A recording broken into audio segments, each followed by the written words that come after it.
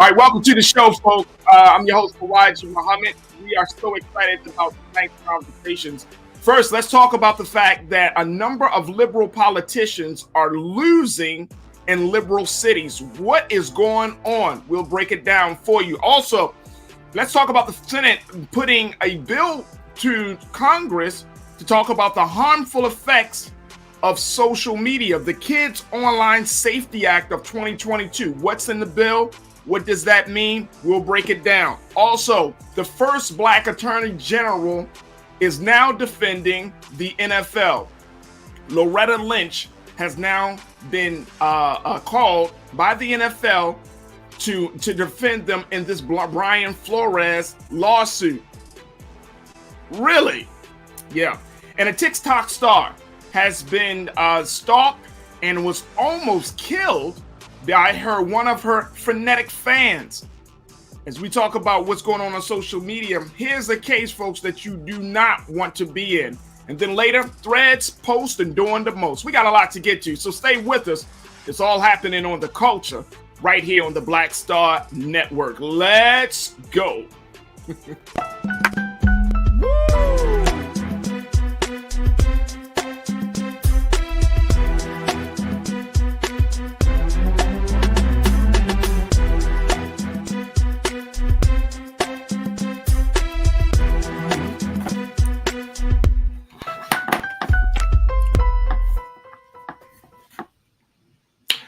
Folks, many people are asking a question, what is going on politically? This is, of course, a major political year for a number of reasons, from congressional seats to local seats and gubernatorial seats as well. But the overall landscape of politics right now seems to be up for grabs. There is not one defining thing that is bringing both the Democrats and the Republicans together. And as a result of that, they say when two elephants are going to war, it is the grass, us, you and me, the constituents, the citizens of this United States of America. We are the ones that are left with the short end of the stick.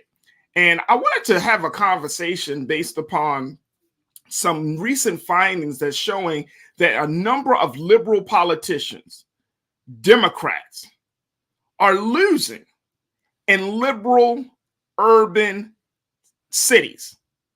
Democrats. Why is this happening? If the Republican Party, and we've talked about this here, folks, if the Republican Party seems to be going awry, if the Republican Party seems to be becoming, as some has characterized it as, the party of Trump, a cult, then how is it that liberals, Democrats, on the other side of the aisle are still losing in those urban centers? And I'm speaking of big places, folks. I mean, places that are genuinely liberal. I want to break it down to you because I want to show this, and I want to let's look at a little bit of where we are right now across the state. I mean, across this country, and then we'll bring in our culture crew member Rashad Staten, who is going to give us some insight as well on this whole thing. But I want to show you very quickly this phenomenon that we are in right now about liberals. Let's just bring this screen up, Keenan, about where we are in this country. Now, we're asking this question: why are liberals losing in liberal cities? Let me just show this very quickly. In Minneapolis, voters rejected a ballot measure to replace the city's police department with an agency that would have focused less on law enforcement. In Seattle, voters elected Ann Davidson, a lawyer who had recently quit the Democratic Party because she thought it had moved so far left as the city's top prosecutor, and she beat a candidate who wanted to abolish the police. In New York, voters elected as their mayor Eric Adams, a Democrat who revels in defying liberal orthodoxy. As a candidate, he promised to crack down on crime. Since taking office, he has signaled his frustrations with COVID restrictions. Crime and COVID, two big conversations, two big issues for Democrats and Republicans, and both. And we're seeing that Democrats are moving closer to the Republican view. Very, Very interesting. And then in the Democratic-leaning suburbs of both New Jersey and Virginia, Republican candidates for governor did surprisingly well. Several post-election analysis, including one by aides to Phil Murphy, New Jersey's Democratic governor, who narrowly survived, concluded that anger over COVID policies played a central role.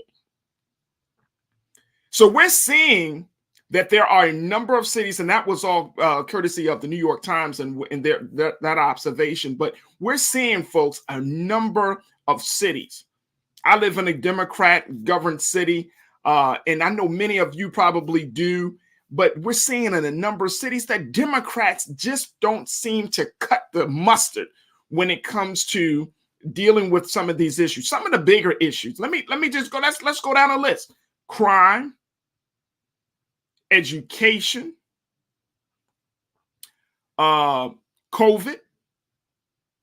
There's still a number of people that are trying to figure out what to do in terms of colleges and in schools, with the colleges and money for that. I mean, there are so many issues that are on the table, and yet these politicians and this party still seems to not be hitting the mark. They're still out of touch. Now, if you thought Republicans were out of touch, imagine. Just take a walk with me on this one, folks.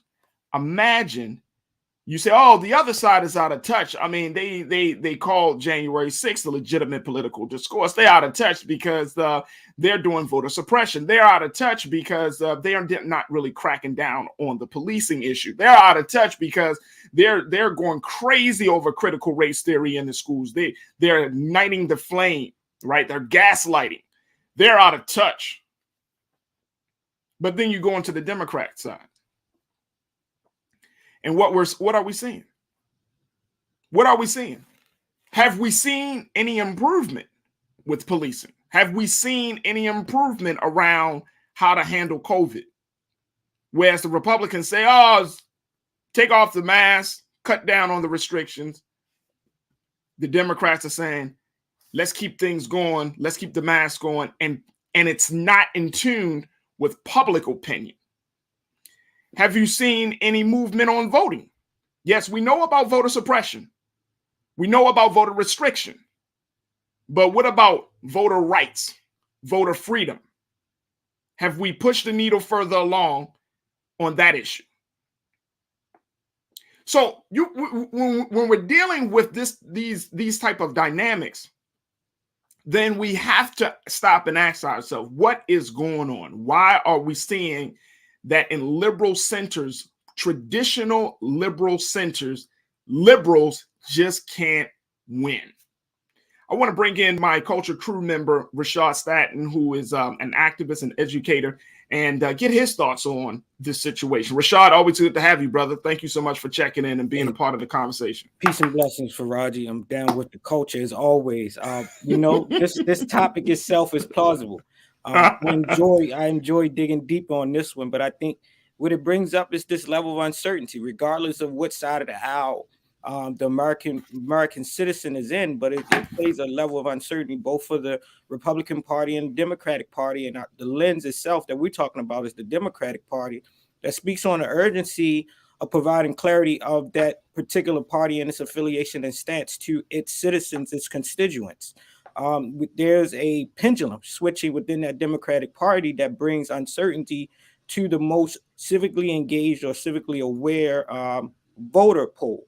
That sense of what the Democratic Party is now finding itself between a pendulum shift between the moderate left and the far left, right? This way of this progressive and this liberatory type of Democratic Party in itself, where as though the voting poll, if not attuned to what's happening locally, statewide, and across the country and nationally, you see this pieces of the pie being portioned even smaller and smaller, that you can't gauge the level of respectability and autonomy that this Democratic Party once had with Black and brown folks. It's now being split even between brown populations and Black populations. And it's now being switched between that electoral candidate itself and their particular vantage points and how they're tied into certain commitments and also where the funding is oftentimes, right? Yeah. But I think what we get here is the level of when we come to the polls and we're working on deciding on whom to vote for, i.e. being elected official or board commission, school board commissioners,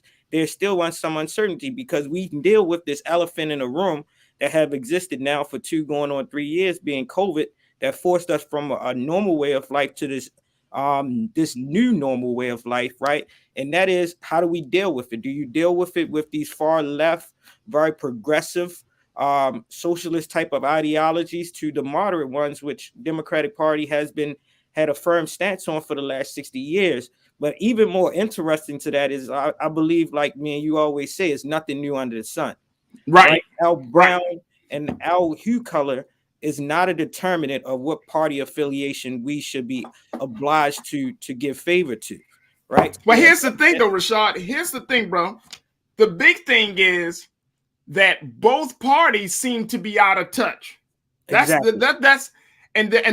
that's the part about this whole conversation, that both parties seem to not get it. I mean, public opinion, whether you're talking about COVID, whether you're talking about critical race theory, whether you're talking about, economics, whether you're talking about, all of these things. And it just seems like the public we're here. And I'm saying some parts, okay, we're here, right? And I can't, we live in urban cities like Baltimore, DC, and I'm speaking of those areas where we're finding that a lot of liberal politicians and it's a lot of blue in some of these, with some of these major cities, right? Correct. But now we're in a space where it seems like if you're talking about critical race theory, then the Democrats want to say, all right, yeah, critical race theory, and that's why we need to defund the police. And it'd be like, what the hell? Like, how did you It's no middle ground. It's no middle ground. It's either decisions has to be extreme, which leaves the people more confused in making a conscious decision.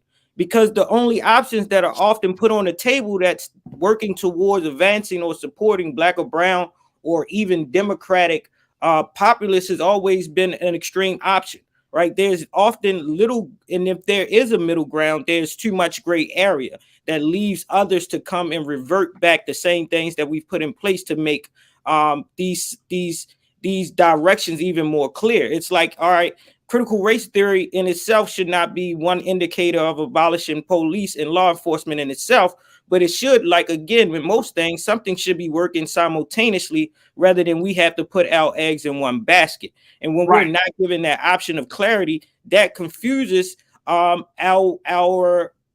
populace, our citizens who should be voting in favor of something that they best see fits them. But you get there and you're uncertain based off your own level, your own interests of politics, and your own understanding of its implications and how it rolls out, or whether this will be a one-time fixer or if they're putting policies in place that can be sustainable, right? So it comes back of like when you give two extremes, and both parties are now operating in extremist approaches, right? You have the moderate, and then you have the far left liberal type of approach, and then you have the Republican Party that has the same fractions within their parties, right? This far right, and then this progressive yet moderate party affiliation and standpoints that everyone is uncertain, that both of them, regardless of the color, red or blue, they're starting to lose less traction than anything today. So I think it comes back to play. Will we eventually see Black and brown folks move to another party affiliation, as we've seen has been a continuance over the last 100 years or so? We didn't all come in initially being under the Democratic Party.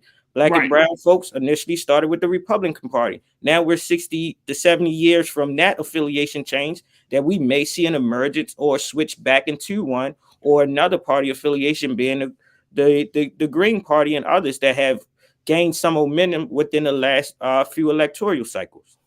Well, and you know what, Rashad, one of the big things, and I think you're touching on a very important point, which is, that both parties have acquiesced to this level of extremism. We've seen it, of course, on the Republican side, but on the Democrat side, what would you say is the extremism? Is it because of ideas like totally abolish the police, or is that still considered to be a progressive issue? And here's the thing.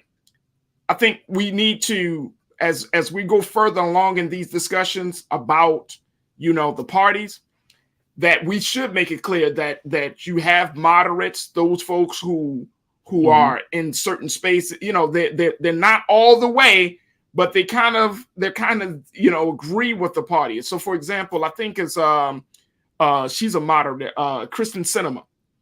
I think she's a moderate within the Democratic Party. That means that she sort of agrees. Then you have your traditional Democrat, which is the blue chip Democrat, right? They all in for party and all of those things. Then you have your your progressive Democrat, right? Your progressive Democrat is the one that's like, hey, the traditional Democrats aren't doing enough, so we need to push the envelope even more. And they might be the ones that's pushing this idea of, okay, quote unquote, abolish the police, or they might put ideas before the party that is really it's outside of the comfort level of the party. Right. And so when I just wanted to take that moment to at least break that down, because I mean, when you say far left, progressive, moderate, want to be clear on where people stand. Like, there are so many issues on the table that I think a lot of us as Black people in this country, I think we kind of go across the gambit. We are not a political monotheistic group. Correct. We don't, I think I'm just starting with myself. In some cases, I'm fiscally conservative. You know what I mean? I'm in some cases, I don't, I definitely want us to make sure that we do things for the less of our people, the less of the citizens, for the poor of this country. I don't think that we need to put a lot of money in foreign policy or more money in defense. I mean, I think that we're on this kind of this sliding scale, and people are trying to figure out like where we to fit. But I know one thing, the way that the Democrat Party is currently, we're not making any progress. We're still at a stalemate at this point, Rashad. Yeah, I agree. I think the Democratic Party in itself is trying to build some sustainability in what their approach and ideologies are, with the understanding that it has diversified in the most recent years, coming from the last electoral presidential cycles, right? This is a place of uncertainty that is reflecting in the data, and it's showing up how it's changing this red and blue state. And even if we go into more urban populous districts, right, that uncertainty of having a diversified Democratic Party that was not once in existence, but now is showing up on a national, from Capitol Hill down to your statewide, down to your local. It is reflective on how our Democratic populations and communities are now voting. Some things in which, like you said, being not being a monolithic persons, right? Now we are starting to see a shift in a divisiveness on what we are in favor of and what we're not. And that is always going to be reflective per the different the different priorities: education, public safety, law enforcement, and policing, things of that sort. I want to say home ownership and things of that sort. All of this is going to always be, until the Democratic Party has a firm stance on what their things are. We're going to start to see some diversity amongst the options, the transition of seats, the transition of priorities and things of that sort. Because again, as we have now become more politically aware in the most recent years, we're starting to see that there's not a one size fit all on the type of candidate that we should be electing. And should not be offered two extremist options as though you pick one and not work on the other simultaneously. So I think absolutely this calls into play, but it also is I see it optimistically as a great way of Black and brown folks becoming more politically astute. I agree wholeheartedly with you, brother, because if there isn't any other time for us to say to ourselves, what are our interests, what is our agenda, this will be the perfect time to do it. Because and I mean, I know it sounds crazy, folks, this might sound very ironic, because in the midst of discord and dysfunction and chaos, for those of us who are conscious and understand the dynamics of power, we can say, okay, looks like there's these two elephants are going to war with one another. Let's back out and let's see if we can create a different situation. Now, that could be this ultimate solution. We've been trying to speak into that for these past couple of weeks, but we don't know. There has to be a political will that has to rise up. I think, especially among Black people, the Latino community, and other communities, to say enough is enough. Rashad, let me share with you a little bit of the comments that we got coming in on our YouTube. As folks checking in on YouTube, Facebook, folks, keep your comments coming because I'm enjoying them. Janae say it is frustrating, and within the party, it's almost too liberal. Therein lies the discord of getting on one accord.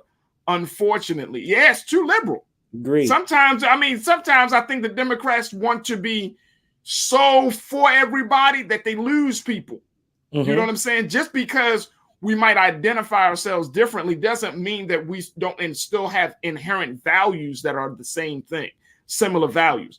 Forensic accountant said, I keep saying that we need to break our addiction to urban centers and consider rural living again. I'm not advocating to return to sharecropping, but a return to land ownership. America as a whole is being remotely controlled via rural America. That's an interesting take. That's a very interesting take. And I'm saying that's interesting, Rashad, just simply because we have seen a number of people as a result of this pandemic, I believe, who are moving from your big cities into smaller cities. You know what I mean? We definitely saw a great migration of folks from West Coast and East Coast down to the southern parts of the country. You know what I mean? From everywhere from the Carolinas to Texas to Georgia. I mean, all of those states are getting an influx of people, and they're going to get more representatives coming as a result of that, especially coming up in this year's congressional election. So, I mean, we definitely seeing that more people are saying, you know what, after a while, I don't want to be in an urban space anymore. I want to have more land. I want to do something, kind of spread things out. I definitely see it. Brian checked real quick. Brian checked in and said, liberals don't speak to or for working people. Strong vantage point. Strong vantage points. And I think that's true because when you're talking about working class, we got to throw the middle class. I remember growing up around when Bill Clinton was in office, and there was always this talk about, protecting the middle class. And this was like the early 90s, protecting the middle class. And it kept being repeated by Democratic presidents, protecting the middle class. Now it's like, where's the protection? We're watching the eradication of the middle class. Like it's the unraveling of the middle class. Right. And I think what all the comments and the viewers are saying, and appreciative of them sharing their own insight, I think some of them are making strong points.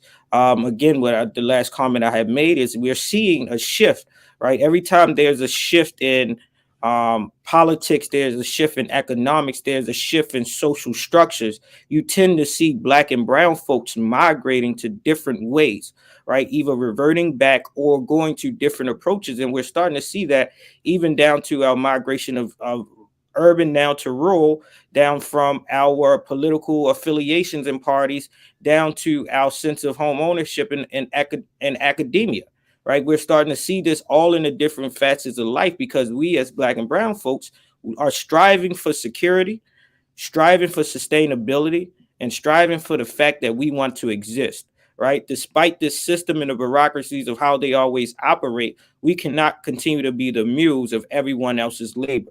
Right, we want some sense of our own identity, ownership, and what we pursue as our own trajectory of success and livelihood. And this is going to cause us each time to go back and revisit which door is best fitting for us to enter and which table is best fitting for us to sit at. So I think this plays a larger part, and we'll continuously have these conversations until we make a firm stance collectively, right? Yeah.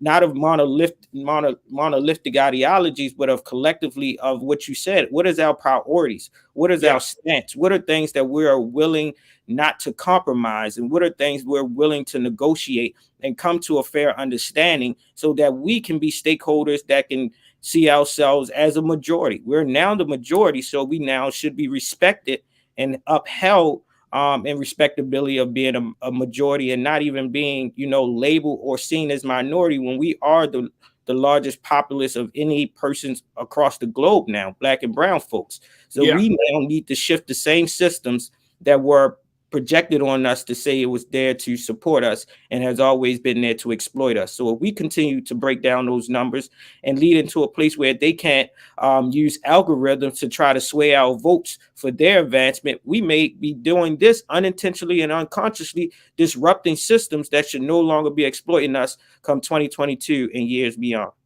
Hey, look, real quick, Rashad, as I was listening to you, were talking about the issue of respect. And I think one of the biggest disrespectful acts, rather, that the Democrats can do right now is to make the assumption that Black people are going to vote for you. Correct. I think in 2022, if you are a Democratic candidate, if you are looking to run for office or you're in that process right now, go to Black people.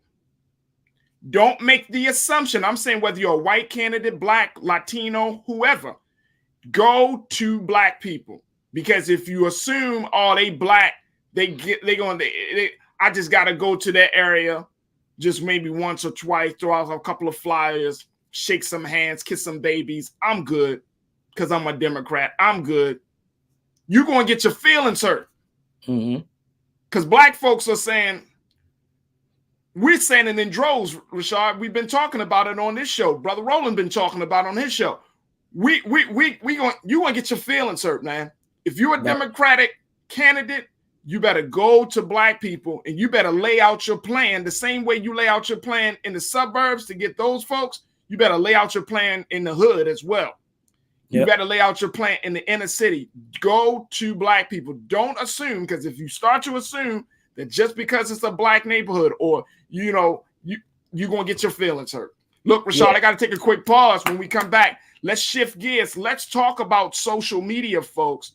There is a bill that the Senate is trying to push through with bipartisan support, according to the folks in both the House and the Senate, around the harmful effects of social media, the Kids Online Safety Act of 2022. We're going to discuss what that Safety Act means, the implications, and a whole lot more. So stay with us. We're just getting started right here on The Culture, here on the Black Star Network. We'll be right back.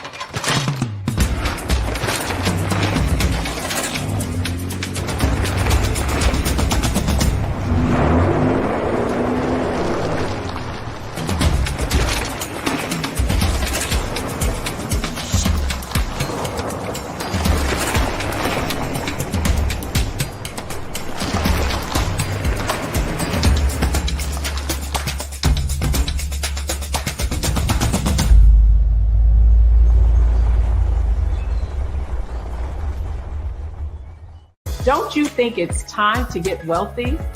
I'm Deborah Owens, America's Wealth Coach, and my new show on the Black Star Network focuses on the things your financial advisor or bank isn't telling you. So watch Get Wealthy on the Black Star Network.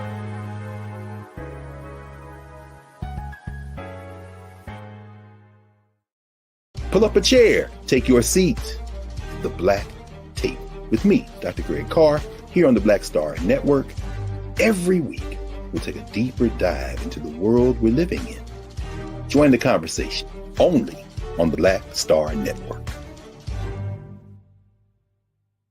Hi, Hi, I'm Dr. Jackie Hood Martin, and I have a question for you. Ever feel as if your life is teetering and the weight and pressure of the world is consistently on your shoulders? Well, let me tell you, living a balanced life isn't easy. Join me each Tuesday on Black Star Network for a Balanced Life with Dr. Jackie.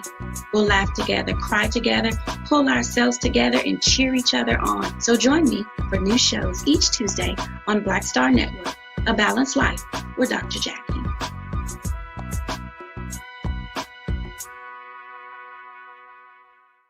Folks, Black Star Network is here. Oh, no punches! I'm real revolutionary right now. Support this man, Black Media. He makes sure that our stories are told. Thank you for being the voice of Black America, Roland. Stay black. I love y'all. All momentum we have now, we have to keep this going. The video looks phenomenal. See, there's a difference between Black Star Network and Black-owned media and something like CNN. You can't be Black-owned media and be scared. It's time to be smart. Bring your eyeballs home. You dig?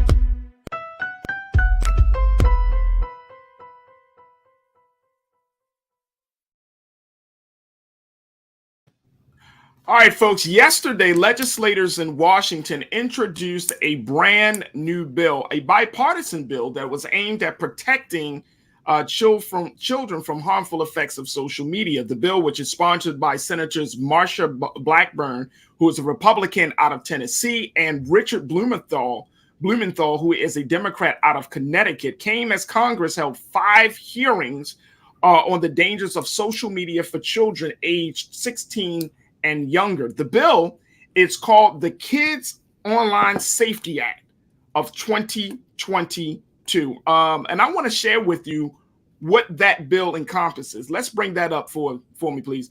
The Kids Online Safety Act of 2022, it includes social media companies. There are 5 pieces to this bill. 1, social media companies would be required to provide privacy options, the ability to disable addictive features, and allow users to opt out of recommendations like pages or other videos to like. It would also make the strongest privacy protections the default. The second part of that is the bill would give parents tools to track time spent in the app, limit purchases, and help to address addictive usage. That's 2 components. The other 2 components are it would require social media companies to prevent and mitigate harm to minors, including self-harm, suicide, eating disorders, substance abuse, sexual exploitation, and unlawful products for minors like alcohol. And also, social media companies would be required to use a third party to perform independent reviews to quantify the risk to minors, compliance with the law, and whether the company is taking meaningful steps to prevent those harms. Now, the final element of the bill is that social media companies would be required to give kids data. This is important, folks, to academic and private researchers. The scientists would use that data to do more research on what harms children on social media and how to prevent that harm. Now, those are the 5 components of this bill. It's a lot more accountability. It's a lot more protection measures that are being put in place. And I'm asking a question, do you think that this is necessary? Do you think that this is a good idea? And folks, share your thoughts with me. And I want to bring back Culture Crew member Rashad Staton to give us his thoughts, as he's an educator, activist, working with the next generation. Rashad, you know firsthand, brother, about how this bill, or really how social media goes, the effects of social media. You worked in the school system. You work with young people in the community. What do you take from the Senate and the House trying to put a piece of legislation together to regulate social media? I think this proposed bill in itself, and I like the idea that it's being proposed and has both bipartisan support. But I think this bill in itself, or what I've gauged, is timely and purposeful.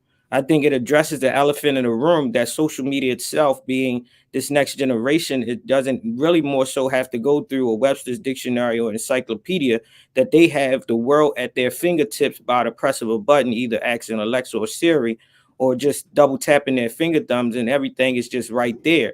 But it comes into question of how do we have balance? How is our young people able to navigate and determine validity from falsehood, determine truth for sugar-coated lies, determine what is best for their positive development versus what is distracting them and causing unconscious or conscious harm. I think this bill itself allow us to address the two-headed sword that social media has done. I myself are very conscious in my young age as well of how I utilize my social media, and not giving so much of myself to a world of those that are labeled as followers, but you have others that are preying on you, right? Yeah. And I always say what causing the question around social media when I talk to young people is to be cognitive that you both, yes, you're born with an umbilical cord, but your generation is also born with a smartphone adapter, right? That you can tap into both the virtual world and the human world at one time, but you need to be cautious and cognitive enough to still find your identity in both, right? And another one that I always say, which is why I like this bill, because I know it was initially probably proposed by, some of our tech giants in these industries themselves. And we started to see entertainers like Kanye West and others that prompted the idea of not showing followers, right? Because it created a sense of falsehood around self-worth and value based off of the number of followers and tractions that you got, and everyone wanting to be possible in this microwavable society of being viral. But all viral sensationalism is not good, right? That we possibly could do self-harm to ourselves and others just for a retweet, a reshare, and an additional like or some comments under that makes us feel as though our post was worthy, when it's actually doing less to our advancement and doing more to the disadvancement of us and us as individuals and collectively. No social media platform has a leadership button. It causes us all to follow someone. And it means that we now have to be cognitive of our diet. And diet is not all about what you're eating or consuming beverage wise, but it's also what you're listening to, what words and messages that you are allowing to go into your subconscious and your conscious mind. And how is that changing, your anatomy, your biological makeup, and also your thought processes. And I think this bill itself causes the algorithms and the robotic systems that are perpetuated by people that have their own biases, prejudice, and racist ideologies to now regulate themselves before it actually harms the young people that's going to be mostly impacted by it, right? Yeah, no doubt. Fireproof so that we can have a community of young people that are healthy to keep this world moving in a fruitful place. Well, you know what, and I'm really, and I think you're right on point, Rashad, because I feel like the way you made the analogy that you're born with the umbilical cord, but also with an adapter, I think that's powerful, and I think that it's also concerning. And there are a number of organizations that are out there. One of them is by the name of Center for Humane Technology. And one of the things that they pushed, they did, I go back to, this documentary that they did on Netflix about social media. But one of the big things that the Center for Humane Technology often puts out is this idea that we can coexist in the world with technology, that we can use it. But the way that we're seeing technology influence people, and this is the part about it, the way that social media has shaped and shaped in the context of how somebody sees themselves and how they see the world around them. And I'm speaking to, young people, children, you're 13, 14 years old, you're seeing this stuff. You're seeing the images of IG. You're seeing the content, you're seeing the videos, whether they're violent videos or whether they are videos about shootings, and all of this stuff is kind of unfiltered, right? All of this stuff is just at a one button disposal. You just hit one button and boom, you're exposed to a new reality. And if you're 13 and 14 years old and 15 years old or 12, your natural curiosity is going to take you down that Alice in Wonderland rabbit hole. Mm-hmm. And next thing you know, you into a situation where you're feeding off of this. You're believing all of this, right? And there's no filter. There's no regulation. There aren't any restrictions. And that's the part about this conversation. And look, and check this out. I want to share with you just very quickly. I want to share with you, Rashad, and for our watchers, how serious this really is. Because as much as we go back and forth about Facebook and everything, big tech is not slowing down, brother. I'm telling you, big tech is not slowing down. I want to share with you very quickly just some of the numbers in terms of how much tech companies are bringing in over the past year.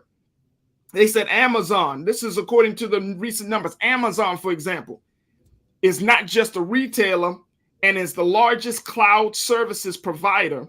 Their cloud business now has a $71 billion annual revenue run rate. The company also disclosed that its advertising business generated $31 billion in revenue in 2021. You need to holler at us here at Black Star Network, right?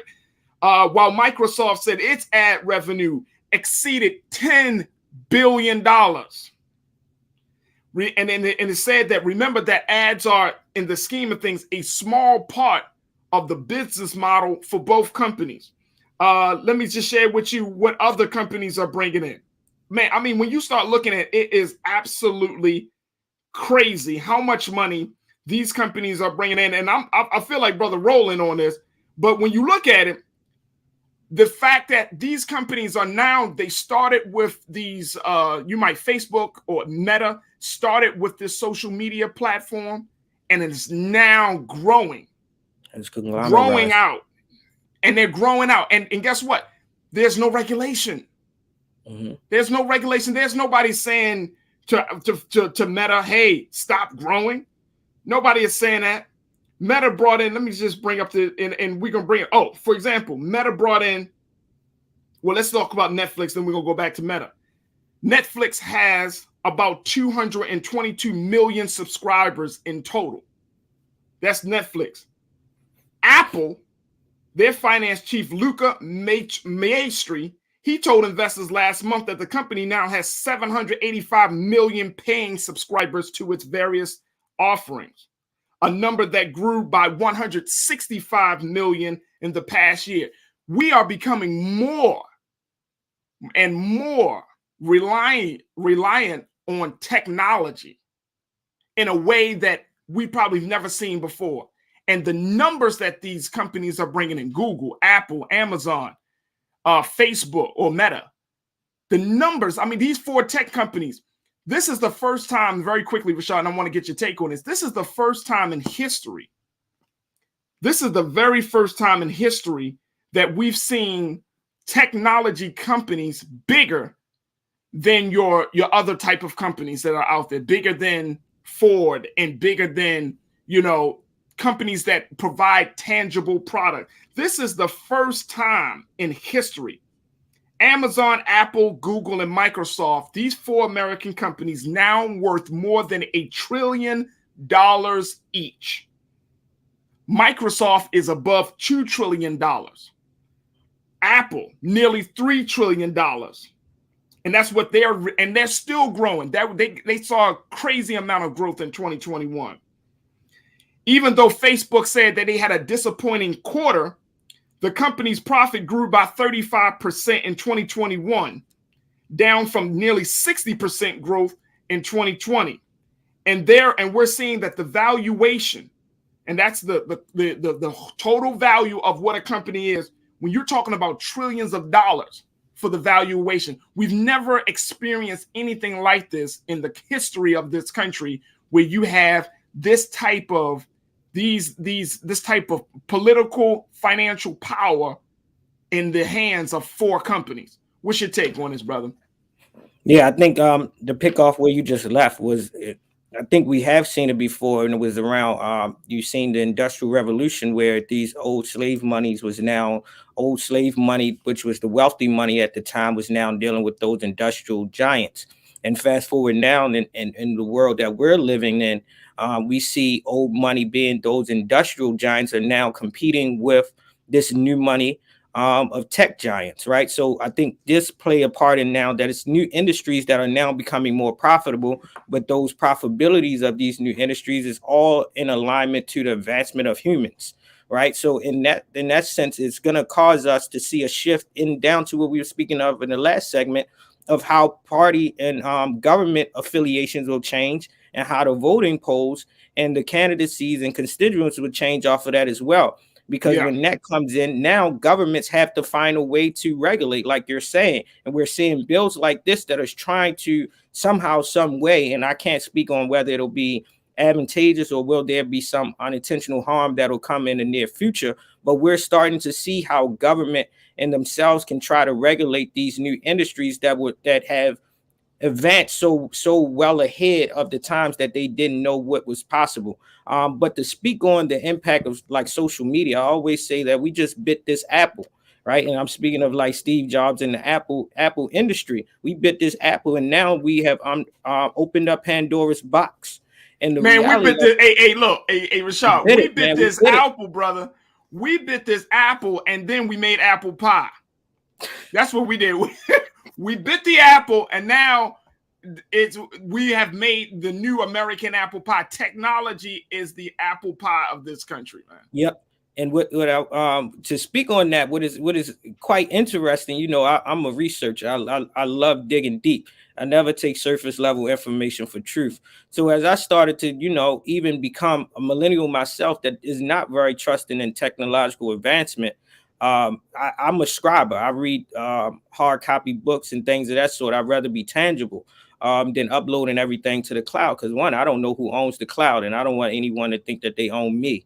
So in that sense, when I looked at the birth of Apple and things of that sort, and you saw when Steve Jobs was creating it, in his book, he speaks on, he created a product that will become so user-friendly for the human advancement that it will eventually dumb down human intellect, right? Yeah. Because now we aren't needing a need for critical thinking, right? A need for discernment, that we will just take what is already populated based off of algorithms that's already aligned to our interests, right? To make us think of a conscious decision to make that we probably was already in favor of, rather than exposing us to the other ladder end to make us think critically and then make a more informed decision. So it was like he created this product that he know would be so user-friendly, but the unintentional consequences, which was conscious to him, was that he knew that he will eventually dumb down the human development and evolution, and will oftentimes these same products would eventually trump us as humans. And now it's like, so we need to be mindful of that harm, and that harm has shown up in the harm and the exploitation of our young people, the unexploited marketing of our young people. We've seen a rise in suicides and afflictions on our young people, unhealthy relationships, and the fact that, yes, our young people have all of these social media, smartphone, and devices, but we have not found a way to translate that they can use it for their educational advancement. Right. So when we had to adapt into a virtual setting, yes, I had an Instagram. Yes, I had a Snapchat, but none of these was taught for me in the school system to teach me about research, or was to teach me that if I have 140 characters to express myself on Twitter, that this same character way of expressing myself is an elevator pitch for me to pitch out my ideas. Right. So there's still gaps in how we can utilize these platforms for our better advancement interpersonally and socially. And with this, hopefully that this regulation itself gives us something more, because if the man himself that created one of the most profitable industries did not allow his own children to use the products, we as consumers might want to be just as conscious of whether we want our children to use these products. Hey, look, that is like the bigger part of this conversation, that a lot of these designers and engineers are saying, hey, we know that we have put addictive elements that speak to the psychology of these products in these products. And hey, I don't want my children to use them. Let me just share with you a couple of our comments. Sabong checked in and said, social media is harmful to us all, and particularly to children. Children should not be marketed or tracked or any other way exploited by social media companies. No online presence till 18. I feel you. But Facebook or Meta is still determining whether they should put out an Instagram for 13-year-olds. I'm not lying, folks. Keep your eyes on that one. We're going to keep our eyes on it here. But they're talking about creating an Instagram for 13 and younger. They're talking about already getting your child into the rhythm and the pattern of being attached to their phone. Janelle Fields checked in and said, look, all of these harmful risks to minors should be addressed by proper health care and mental health resources. They are trying to farm out the government role of providing for the general welfare of the people. Yeah. I mean, I agree. I think that there needs to be some mental health component to this, because we all know, and we're starting to see it more and more, the debilitating effects of social media in terms of body imagery, in terms of facts, because young people will assume, will believe, and I mean that's just what happens when you're gullible and you're young, but you will believe anything. If it's presented as a truthful thing, you're going to believe it. Hell, adults believe anything. We believe anything if it's presented in a truthful manner. So yes, mental health resources are going to be important. I think that we can't just put the onus on just the social media companies. There has to be a responsibility that parents have to take, Rashad. There has to be a responsibility that, as a culture, that we can't put everything on social media, in a sense of we can't always say, hey, just go ahead and learn on social media, or just go ahead, check out this video, it's on social media. Like, we have to change our culture. We may have to starve social media because we feeding it with our attention, with our eyes, with our dollars every day. So we may have to starve social media for them to get the point that, you know what, you could be a part of my life, and we need to set these boundaries. You could be a part of my life, but you're not going to run my life. You're not going to just totally dictate or take up all of my time and attention. And I think that we need to be intentional about that. Rashad, we got like 30 seconds, but what's your take on that? Yeah, I agree with you 100%. I think it should be considered a part of our daily routine and dieting, right? What are we consuming? And as some of the biggest consumers, we need to determine what is our portion of consumption, right? What is best fitting for us, right? And at that time, we need to be, like you said, intentional and self-aware that it's time to cut it off and it's time to cut it back on. But if we are to use any of these resources, social media itself, it should be a tool of advancement and not destruction or distraction. Long story short. Absolutely. It can't be, we use it as a tool. And I know some people say, well, you can use it as a tool, to empower, to share. And I know business owners, they go on there and they use social media to talk about, to share their business and all of those things. But folks, you can't just completely forget about the power of influence. Right. That like, if you go on TikTok, it ain't just about no damn business. You know what I'm saying? Like, you go on TikTok, you're going to see dance videos. That's what, I mean, people making millions of dollars off of dance videos. You go on Facebook, it's not just about, I just want to connect with people. It's Facebook. You're liable to see everything from cats playing pianos to somebody getting hit in the mouth. It's everything. You go on Instagram, and I don't want to say it like this, but you're going to see some adult material, man. You're going to see some adult material. And so, we got to be very cognizant that the culture that we are a part of and that we are promoting is going to set the agenda for how social media is going to be, how social media is. If we don't change us, the culture won't change, social media won't change. It's just that simple, Rashad. It's just that simple. Look, I got to take another pause. When we come back, let's continue the conversation. I want to talk about how Loretta Lynch, the first Black attorney general, remember Loretta Lynch? She worked under the Obama administration. The first Black attorney general has now been called by the NFL to defend the NFL in the lawsuit that was made by former Miami head coach Brian Flores. Can you believe this? The first Black attorney general. We're going to get into some conversation about that, go into a nice deep dive, check in with Coach Butch McAdams, and get more insight. So keep your comments coming, and more importantly, stay tuned. We got a lot to get to in the second hour of The Culture here on the Black Star Network. We'll be right back.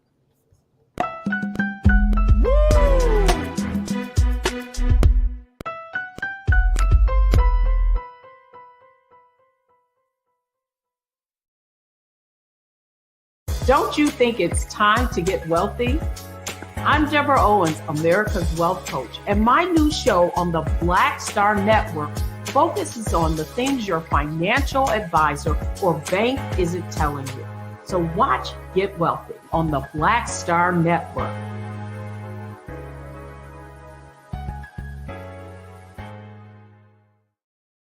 Hi, I'm Dr. Jackie Hood Martin, and I have a question for you. Ever feel as if your life is teetering and the weight and pressure of the world is consistently on your shoulders? Well, let me tell you, living a balanced life isn't easy. Join me each Tuesday on Black Star Network for a Balanced Life with Dr. Jackie.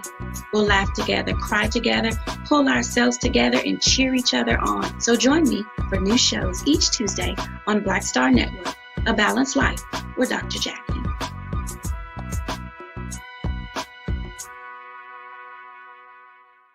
Pull up a chair, take your seat.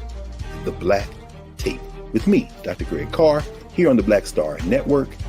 Every week, we'll take a deeper dive into the world we're living in. Join the conversation only on the Black Star Network.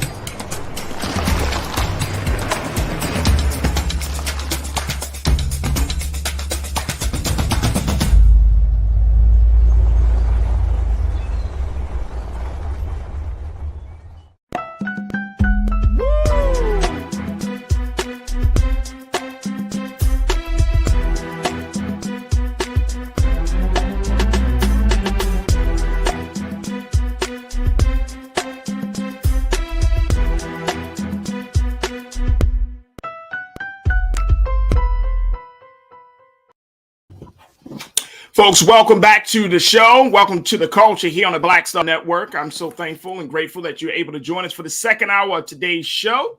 So much to talk about in this hour. We're going to kick off the conversation, having a little bit of a deep dive into this NFL situation. And now some of you might be wondering to yourself, why do you keep talking about the NFL, Farajii? Why do you keep talking about it? Because one, it's people are still talking about it, and it's still relevant. But then the other thing is, I think that the NFL is a prime example of an institution that is in a space where the wave of change is pushing it and compelling it to do something more than what it has already done. You can't change any institution with a PR campaign. You can't change any institution with good sounding words or a motto.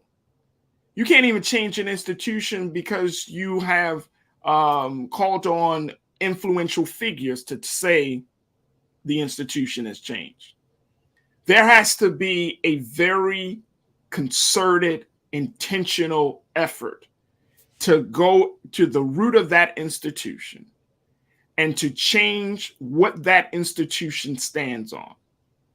Whether that change starts from where that institution, some of the dominant attitudes around that institution, whether that change comes from the leadership of that institution. But there has to be some deep-rooted fundamental changes. It can't just happen on the outside. It can't be, well, in order for us to change, you have to do this. No, the institution has to say, we messed up, we're wrong, we're not in tune with the moment right now. All of that has to happen before you're really talking about moving forward. And with this NFL institution, if the NFL is not in a position or do not put themselves in a position where it really wants to change, it doesn't matter how grand the Super Bowl is, how much money, players get, it's still not representative of the culture that we all are pushing for, which is equity, which is justice, which is being right and truthful. Here to help me to have this conversation, we are joined by host of In and Out of Sports, Coach Butch McAdams. We had him on last week. Coach, it's always a pleasure to have you. Thank you so much for joining us. It's always a pleasure to be with you. Man, I respect and admire your work greatly. Thank you. Thank you. Coach, I want to set this up before we jump into the conversation with you and my culture crew members. We're going to be joined in a moment by Oyen Adedoyan, who is a journalist, and of course, Nira Muhammad, who is a writer and activist, educator, and host of Queen Talk podcast, Queen Talks with Nira podcast. So we're going to be joined by them. Of course, I got my guy Rashad. But Coach, let's look at the situation. The NFL has now retained the services of the former and first Black female Attorney General, Loretta Lynch, to defend it in this high-profile lawsuit that was made by the former head coach of the Miami Dolphins, Brian Flores. So they've enrolled and asked for the help of a Black woman to defend them against a Black man. Now, Loretta Lynch, she serves as a partner of the law firm Paul, Weiss, Rifkind, Wharton, and Garrison, and she's working with the law firm's chairman, Brad Karp, on this litigation, according to the sources familiar with this situation. The Dolphins, also named as a defendant in the Flores case, their real estate billionaire owner, Stephen Ross, have turned to Quinn Emanuel Urquhart and Sullivan litigator William Burke to defend them. Now, of course, Flores has made the allegations of pervasive racial bias in hiring that was filed on February the 1st. He named 3 NFL teams, the Denver Broncos, Miami Dolphins, and New York Giants, as defendants. He is Black and Hispanic, and he was fired by the Dolphins in January, and he was subsequently chosen not to fill several NFL head coaching openings. His complaint cited statements from some league executives that included the attorney and chief diversity inclusion officer, Jonathan Bean, about the NFL needing to do more for minorities. I want to look at this situation because the NFL put out a statement when they found out that Brian Flores moved forward with this lawsuit, saying that they called Flores's bias claims meritless and said diversity is core to its mission, and that the league said it would investigate a specific allegation in his lawsuit, which accused Ross, the owner, of offering him a $100,000 bonus for each game lost during the 2019 season. So they're going to look into that. But Coach, you've been in sports for a long time. You've been reporting on sports for a long time. Loretta Lynch coming into this situation. I'm trying to wrap my mind around why would the league choose her, and more importantly, why would she take on this case? Well, it's obvious why the league chose her. I mean, we all can see that, to have a high-profile black woman represent them in a discrimination case. All right. So that's obvious. Now, why she would take the case? Hey, lawyers take cases. All right. But my humble opinion, they can have Perry Mason, Johnny Cochran. However, when you have evidence such as Bill Belichick sending a text message, allegedly, to Flores saying, congratulations, you're in, you got the job. But he didn't send it to Flores intentionally. He meant to send it to the other guy, Brian, both of whom were his assistants. And so and then this was days before Flores was scheduled to interview with the Giants for the job. Right. Okay, now, so right there, how do you defend that? How do you defend that?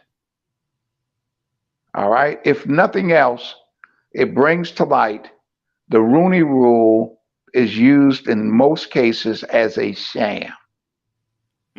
Because a lot of these teams have already know who they want to hire. But the Rooney Rule says you've got to interview at least one, maybe two minorities. So they go through the motions. And then that's that. Now, the Miami situation, in my opinion, is not a racial situation. Now, it's a serious allegation about giving a directive and offering bonuses to Tank. But I don't look at the Miami firing as a racial situation. And I'm going to tell you why I don't. I look at it as because the Miami general manager who fired him was a black man. And I look at that, it's unfortunate, but I look at that as a situation where you had a coach and a general manager not on the same page in terms of personnel decision. And that happens a lot. And in most cases, the coach wins, doesn't win out. The general manager wins. So I don't look at the firing from a racial perspective, but definitely after he got fired, there were so many reports saying that this guy is going to be the next coach of Chicago Bears. Didn't happen. Denver Broncos, didn't happen. New York Giants, didn't happen. That's racial. There's no question about it. That's racial.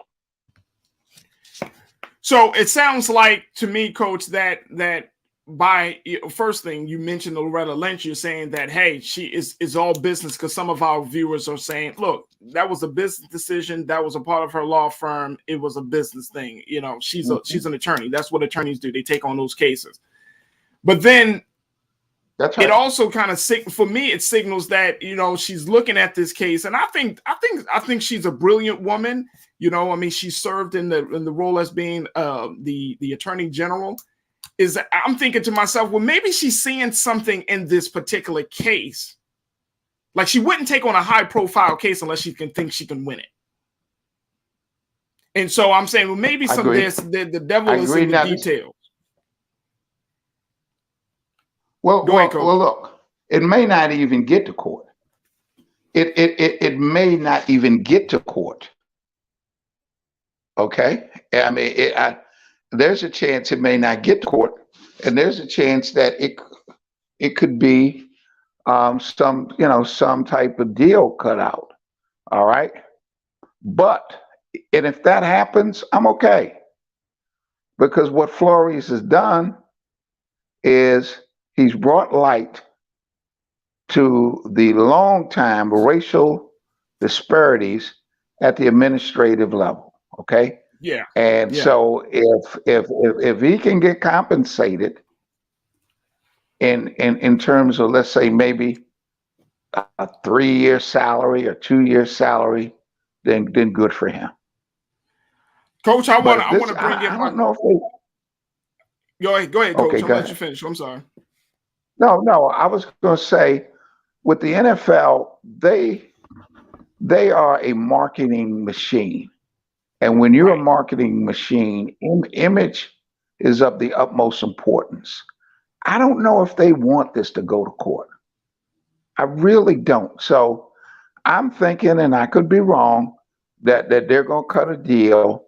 Flores gets paid, gets compensated, and then, and we'll get to it later, strong possibility of having a black owner, majority owner. All right, I want to bring in my culture crew to get their take on this. We are joined again by my culture crew member, Rashad Staton. And Rashad, thank you so much again for being a part of this. You're an activist and educator. We're also joined by Nira Muhammad, who is a writer. She is an educator, and she's host of Queen Talks with Nira. You can hear her podcast on all streaming platforms. And we're also now joined by Oyin Adedoyin, who is a journalist and has worked in many spaces around this issue of equity and race. Thank you, all three of you, again, for being a part of this conversation, crew. Nira, I want to start with you first. A black woman is called to come in and to defend the NFL, which has had its problems with both black people and women. But do you think that she might be seeing something in this case that we're not privy to say that this case is not necessarily about race? It just might be, as Coach said, a difference of opinion. Or do you think that some people are already calling her a sellout? What's your take on this? Yeah, I mean, first of all, I would have to agree with Coach. I definitely believe that a woman who is as smart as Lynch is definitely looking at this as a strategic power move. I'm also looking at two sides of the coin. I saw in the chat someone said that, I hear that, but business at what cost of the people? It's obvious why she was chosen to represent them. And this is from our YouTube chat. And I see both sides of it, how some people are saying, oh, well, black women are trendy. Oh, the NFL got a black woman to represent them in this case.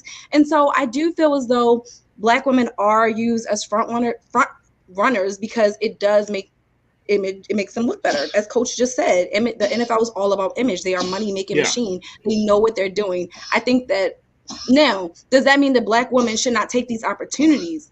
That's the thing.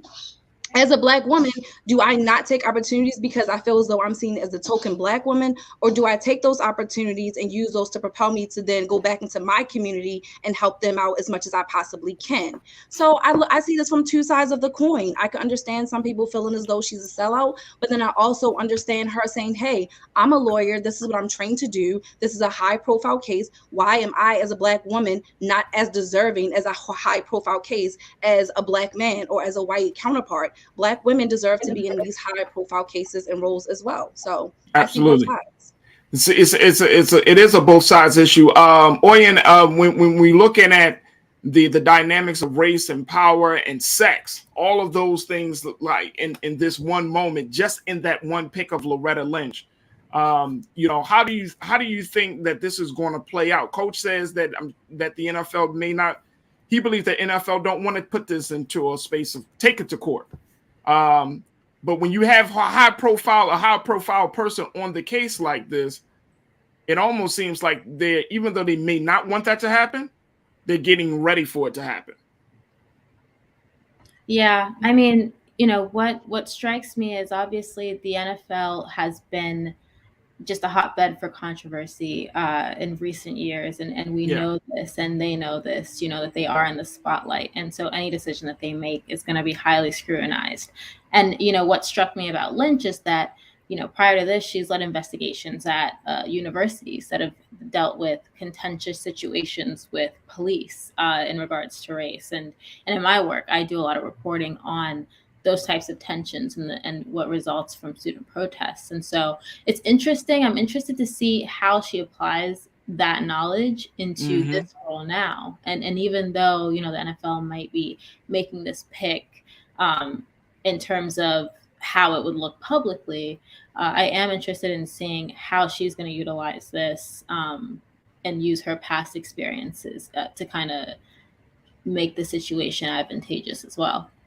What about, and Oyen, and this is for all of you as well, to the other crew members, but Oyen, I'm gonna start with you on this one. What about the moral responsibility? It's so interesting that as we have this conversation about the NFL or about sports or entertainment, sports and entertainment in general, there's this other part of the conversation about the moral responsibility.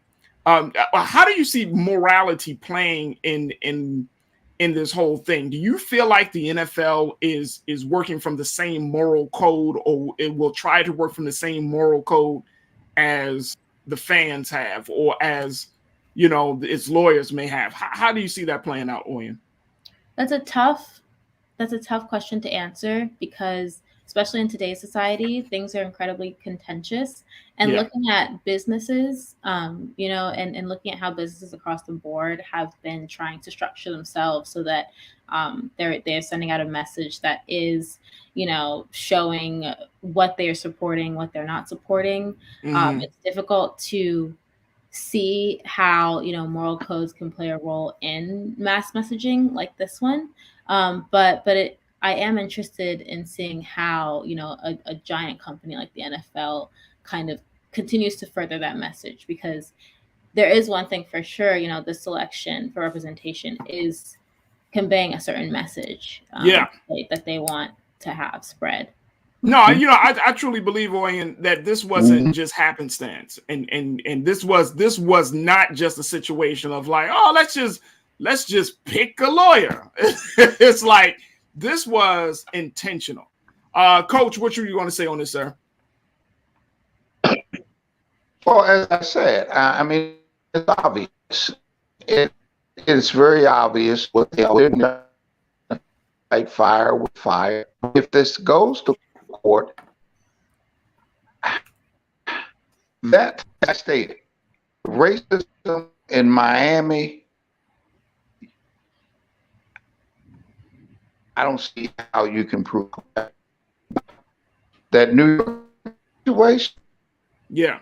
With the text message, if he's got the text message and the date on the message, and that is before his meeting, then I want to see how she could defend that. Okay, right. But you talked about morality. Come on, man. In a capitalistic society, for read the Bible. What does the Bible say? It's easier for what? A camel to get through the eye of a needle than a rich man to heaven. Right. And Coach, I want to stop you right there. Coach, I want to stop you right there just because your audio is choppy. So I want to make sure we get that, because I think the point that you're making is an excellent point, and I want to make sure that our listeners get it all. So we want to have our team just to make sure get your audio back up. But I think to Coach's point, Rashad, that we might be putting too much on this situation. At the end of the day, the NFL is not a moral institution. It's an institution for sport and play. It's an institution for entertainment. It's not, like as long as the players are staying healthy, they're getting paid well for what they do. Why should we even bring in any type of moral code into the conversation? What would you say? Yeah, I'm gonna make it as simple and plain as possible. I'm calling cap until they reinstate Kaepernick, right? But Kaepernick ain't getting reinstated, bro. Yeah. But I'm just saying that to you, and I'm gonna say that to everybody else watching. Kaepernick is not coming back to the NFL.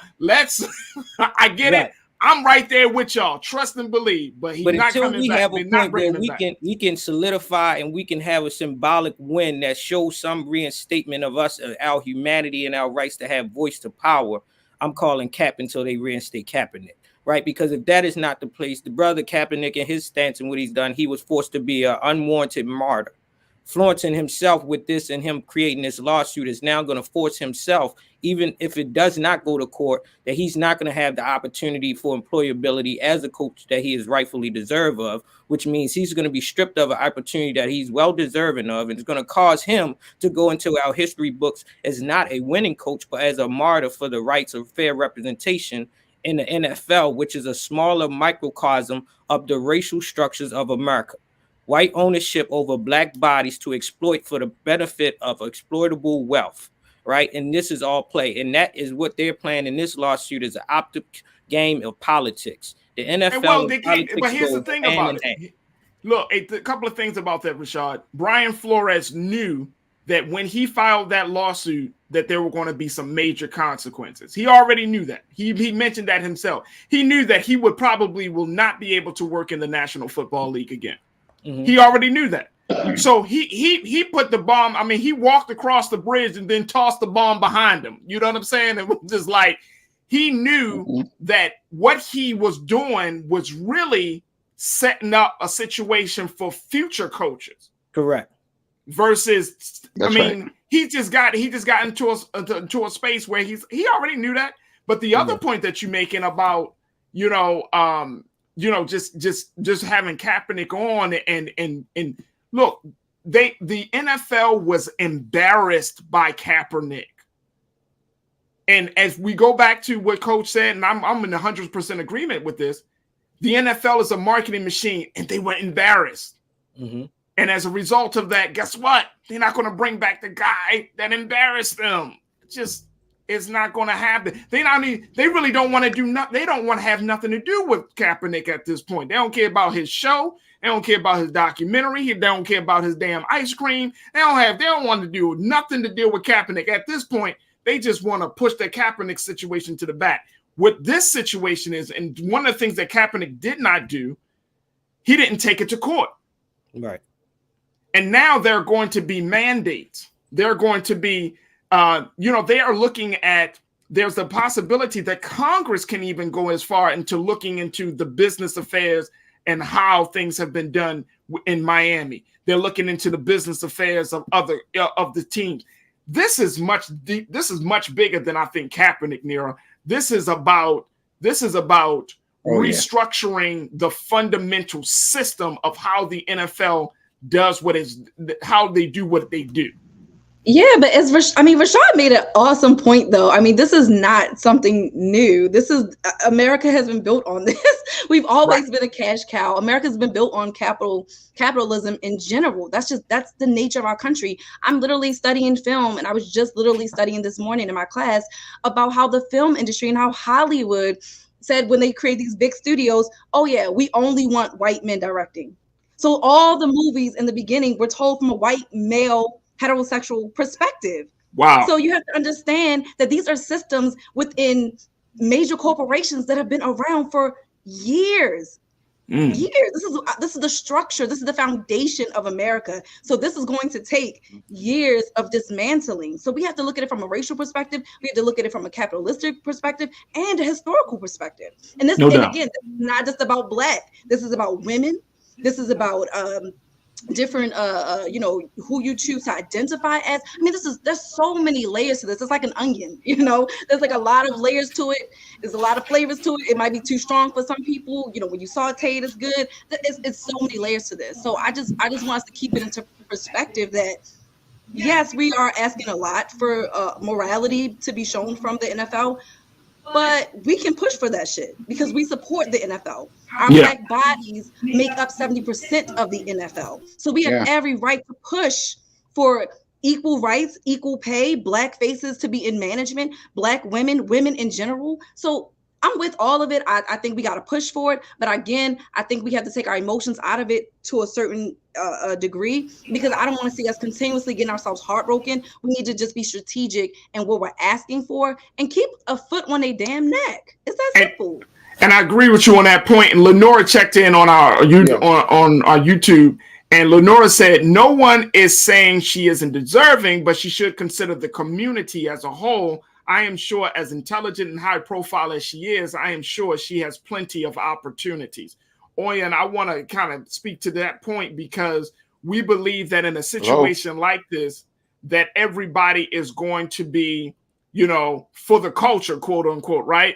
That, Loretta Lynch is going into this situation and she's representing the Black community. And it's like almost this thing where I don't know why we make this assumption or why we place that on somebody without seeing the full picture. Can you speak to that? Yeah, I feel like it kind of goes back into what was said, about even Kaepernick kind of falling into this accidental martyr position. It's difficult, that burden that's often placed on Black individuals, especially those who are in the spotlight, in the limelight, to constantly make the quote unquote right decision, to constantly represent the whole community on their backs. And it's one of those things that, I do a lot of reporting on colleges and universities, and we speak to a lot of diversity officers who are often Black people, usually Black women, who now have to essentially tell, a white university, predominantly white university, how to treat its Black students, which is a lot of weight to put on one individual. And so kind of applying that to this case, it's a lot of weight to put on one individual. Yeah, that's a good point. Especially one that has dedicated, a big chunks of their career to representing minority students and to representing minorities in general, to constantly make those decisions when you don't consider the other factors. So what's the recourse in your... Okay, go ahead, Nero. Go ahead. No, I literally was just thinking that's so true. Being like the Black woman in the room, and you have like everyone, like, especially if you're the only Black person or the only, and I'm sure Black men can attest to this too, and have everyone turn around and look at you for your opinion or your thought, and you're just like, yo, I'm not the token Black person. Like I'm a professional just like you. My lens doesn't always have to be from the Black woman perspective. My lens can just be from a human perspective, as an educator, as whatever my profession is, or it might just come from a journalistic perspective. She might be like, this is just authentic journalism. This is not about me being a Black woman. This is just, I'm taking, and it's hard to remove that because we're Black. We're Black no matter where we show up. But white people are white wherever they show up. Asian people are Asian wherever they show up. Why do we always have to lead with our Blackness? We already are Black. You know what I mean? It's like, I don't want to always be seen as the token Black person who has to speak on behalf of all Black people. I think that's a huge responsibility, and I think it's a little unfair.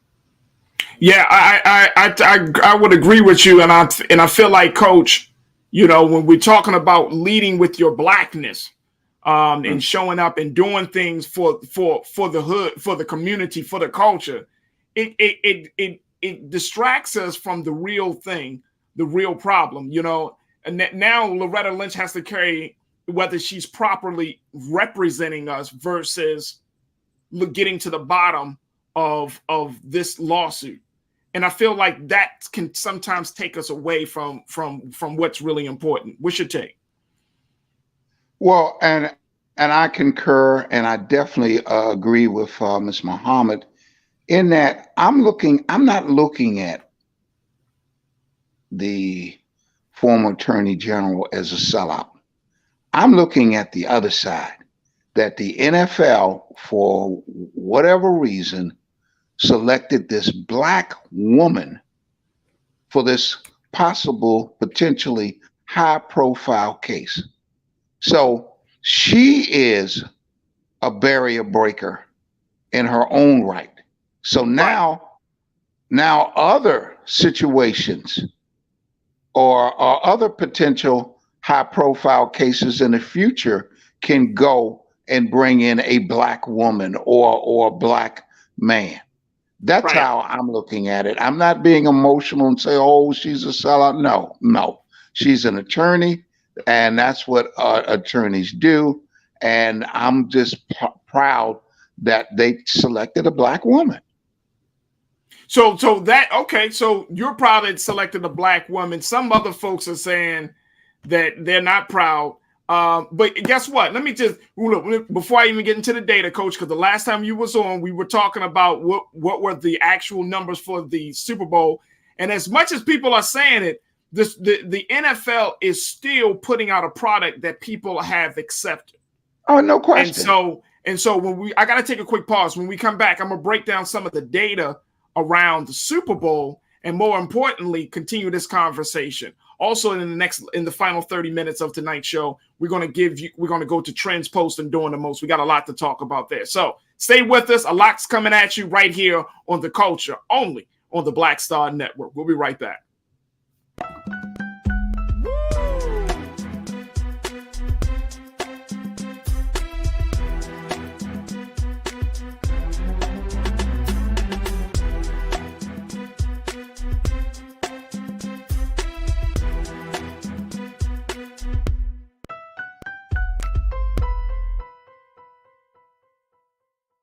Pull up a chair, take your seat. The Black Tape with me, Dr. Greg Carr, here on the Black Star Network. Every week, we'll take a deeper dive into the world we're living in. Join the conversation only on the Black Star Network.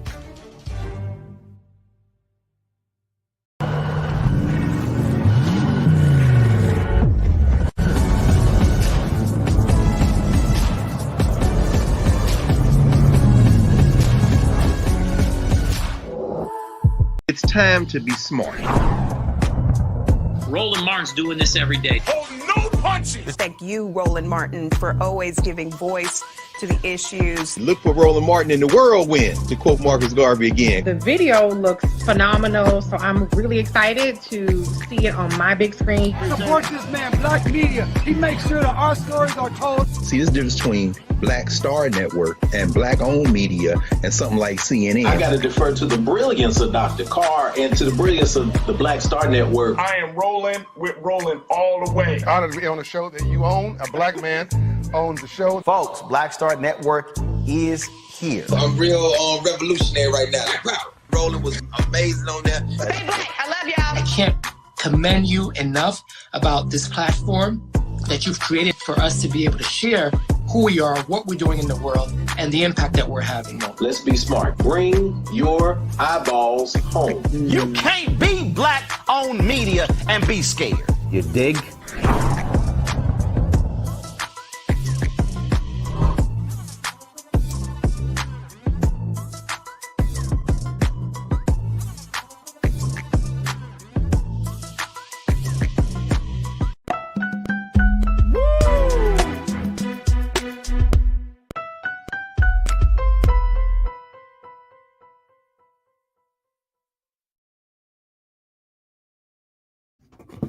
Folks, welcome back to the show. We've been having a great conversation talking a little bit about the NFL, the latest development in the story of the NFL, as the NFL has now retained the services of former Attorney General, the first Black woman Attorney General, Loretta Lynch. Her firm that she's a part of is now retained for to serve as the defense or the attorney for the NFL. And we're talking about it. Talking about what does that mean, the implications of this, how does this fit into the larger conversation about the NFL and its problem with race and women. Joining us has been radio talk show host, Coach Butch McAdams, who serves as the host of In and Out of Sports. Also, we have our cultural crew. We have Nira Muhammad, who is a writer, who is an educator and host of her own podcast, Queen Talks with Nira, that can be heard. And we're also joined by journalist Oyen Adedoyin to give us some insight about these many layers to this situation. Rashad, I appreciate you, brother. I know that you got to jump off and get ready, but I appreciate you for being on the show with us today. We look forward to circling back next week, brother. Thank you for checking in. Always for the culture. Peace. Have a good.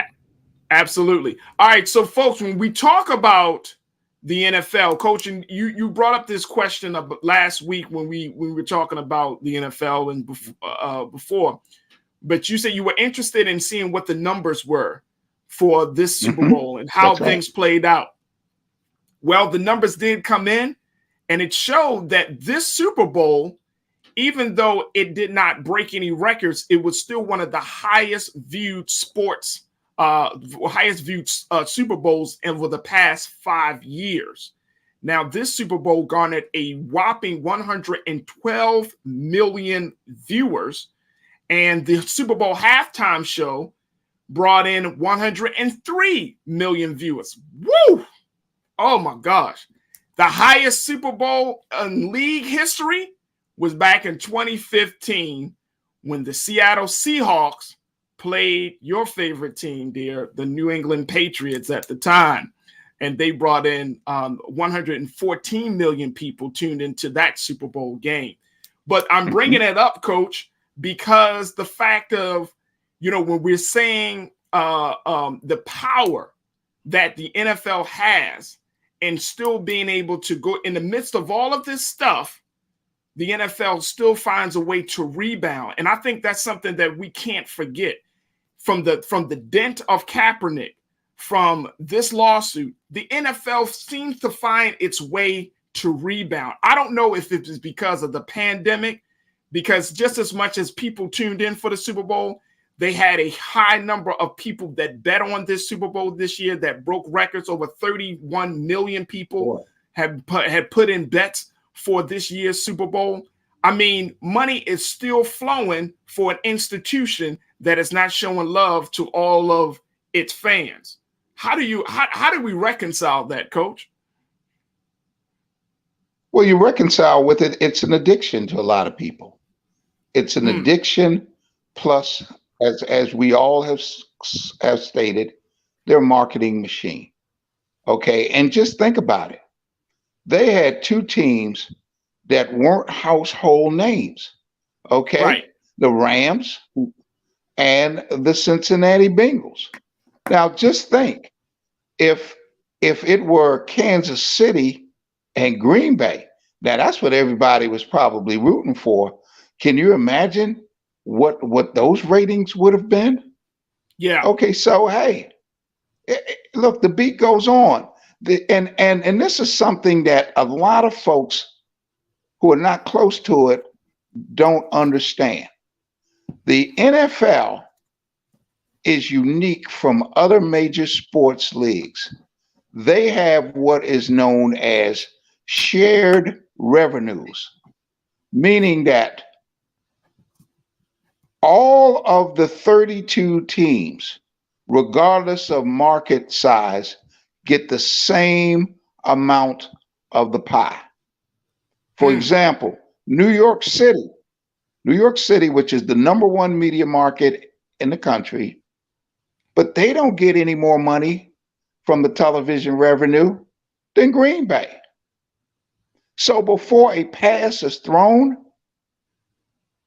a tackle is made, all of the 32 owners of these NFL teams, they slice off billions of dollars from TV contracts. That's where the money is. Television, ESPN, NBC, Fox, CBS. Yeah, that's where that money is. Shared revenue. And shared Coach, revenue. Yeah. And Coach, I'm happy that you brought that up. And I like the fact that you said something I think is very important, and I want to bring Oyen and Nira into this part of the conversation, that the beat goes on. And Oyen, and I'm sure in all of the years that you have been reporting and the work that you've been looking at in terms of issues of race and gender, it's so sad that the beat does go on when there are big moments like this, because it still feels like an open wound, like there hasn't been any real resolution. There has been no relief of the burden of all of the very real issues that are prevalent in this moment, right? With this situation, like the beat is going to go on. The NFL is going to have their they're going to do opening day in September. You know what I'm saying? The networks are going to show the games. The fans are still going to show up. The beat goes on at the expense, and even though, or in spite of, these very serious allegations and this a lack of representation. Yeah, exactly. And that's what I hear, whenever I talk to a lot of activists. There is that moment of, okay, well, we've tackled this battle, but we know, that there's going to be another fight, or we've got this one settled. We've kind of put out this fire. Now on to the next one. And so for a lot of people, it can feel like this is just, one thing. This is just another symptom in the greater picture, and life is going to move on as normal, as if nothing changes. But these moments are happening. They are gaining traction. They're gaining attention, and people are talking. And so there is progress being made, but there is also an understanding that give it a week, 2 weeks, a month, the next year, there might be another thing that comes up that's going to require, another debate, another discussion. Right. And Nira, how do we, we're still talking about Kaepernick now, right? Of course, he will never be forgotten. But how do we make sure that we can cause some level of disruption moving forward? I mean, I feel like this is about to go into a space where it's going to be a lot of legal stuff said. There's going to be some allegations. There's going to become some back and forth. There might be some money paid out, as Coach mentioned. But at the end of the day, on the cultural side of things, how do we make sure that the conversation moves a little further along to where Black people, women are respected and are seen as assets to this league? First off, I gotta double back to something you said, Farajii. When you were talking, you said your Patriots was your favorite team at that time. What do you mean by that? What did you mean by at that time? Because the Patriots are still my favorite team. All right, fine. They're your favorite team. No problem. Always and forever will be my favorite team. Cool. All right, gotcha. So to be honest, I feel really, really bad because I love football. I'm gonna keep it a buck. The football season, time of year, the way people get excited about Christmas season, that's how I get excited about football season. Like, I genuinely get sad as we approach the Super Bowl because I'm sad that the season is over. I am one of those people that will literally watch football all day. Like, I don't care if my favorite team is playing. Like, I will watch football all day. And you know that. You'll be like, can we watch something else? And I'm like, can we watch something else? It's Sunday. I'm going to watch the Monday night football game. I'm going to watch the Thursday night football game, even if my team isn't playing. So I hear everything about this being a money machine, but you guys have to keep in perspective. This is also about the love of the game. Yes, there's all this political stuff going on, but at the heart of it, I love the sport. I enjoy watching the sport. I enjoy getting together with family and friends and watching the sport. I enjoy cooking wings on Sundays and nachos and the culture of football. So yes, I hear all the political stuff, but maybe I'm just being a Negro on this one, y'all. Please forgive me. I'm so serious, y'all. Forgive me. I never once boycotted football, and I'm not going to. I'm keeping it a buck. I'm not boycotting football. I love football. Telling me to boycott football is like taking a piece of my heart. So I'm emotionally connected to football. It's the only sport that I even watch, to be honest. I'm not into basketball. I don't care about hockey, and I only watch soccer because my son plays it. So I hear all that. I do want to see women get more respect. I want to see women in higher roles. I want to see Black people in higher roles. Again, I agree to keep pushing the envelope, to keep having these discussions, but don't condemn people for still loving the sport. That's not fair. That's not fair. Coach, you got the final word on it. I think that's a good point. I mean, can we still love football and still hate the politics of the NFL? Can we just love the game? Absolutely, because the game, look, as you all have alluded to, the reality is the game is entertainment. It's a diversion. And we all need a diversion, regardless of how committed we are to a cause. We need 2-3 hours or more of an escape where we can enjoy ourselves. And Miss Muhammad, the reason why he wanted to watch something else because he's a Ravens fan, so I understand that. I mean, the Ravens will give you a heart attack. Your blood pressure be high at the end of a Ravens game. But let me say this. I would be remiss, and we all would be, not to mention the fact that you will see something come of this. You will see improvement. Now, it's not going to be all overnight, but I do believe that we're going to have at some point, maybe sooner than later, a Black majority owner of a team. Now that is bigger than a coach, a quarterback, to have a Black person be the majority owner of an NFL team. And I think that is a strong possibility. Matter of fact, as I speak, there are multiple reports that Robert F. Smith, arguably the richest Black man in the United States, worth $7 billion. Now, his worth is far more than some of the current owners. I read today where Washington's owner, Daniel Snyder, is worth reported $4 million. Okay. And Robert Smith has reported close to 6.7 million. Yeah. I'm hearing that. Yeah.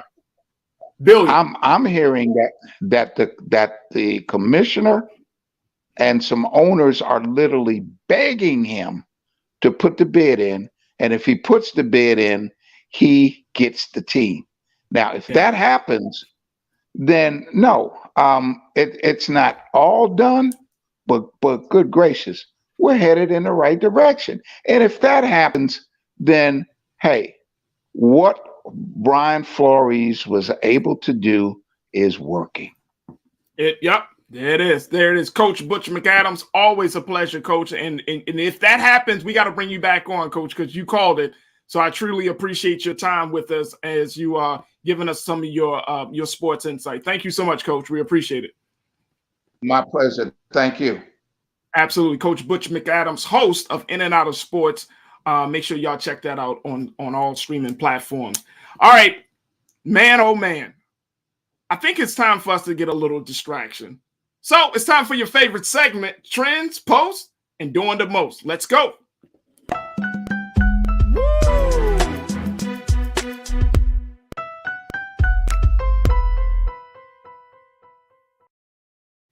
All right, Oyen, this is our segment where we talk about stuff that is happening that we don't understand in social media world and stuff that's trending. You know what I mean? So we gotta acknowledge that, because this is all part of our culture. Because I know, Oyen, when you on your phone, you be looking at that's what I'm gonna say, just like that. You be looking at them trends. You're like, what's trending? Like, oh my gosh, why is this trending? Oh my gosh.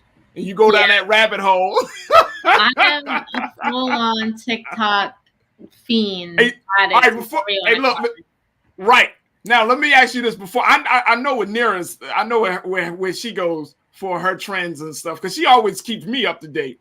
But Oyen, what platform do you use when you're trying to find out what's happening, the latest trends on anything?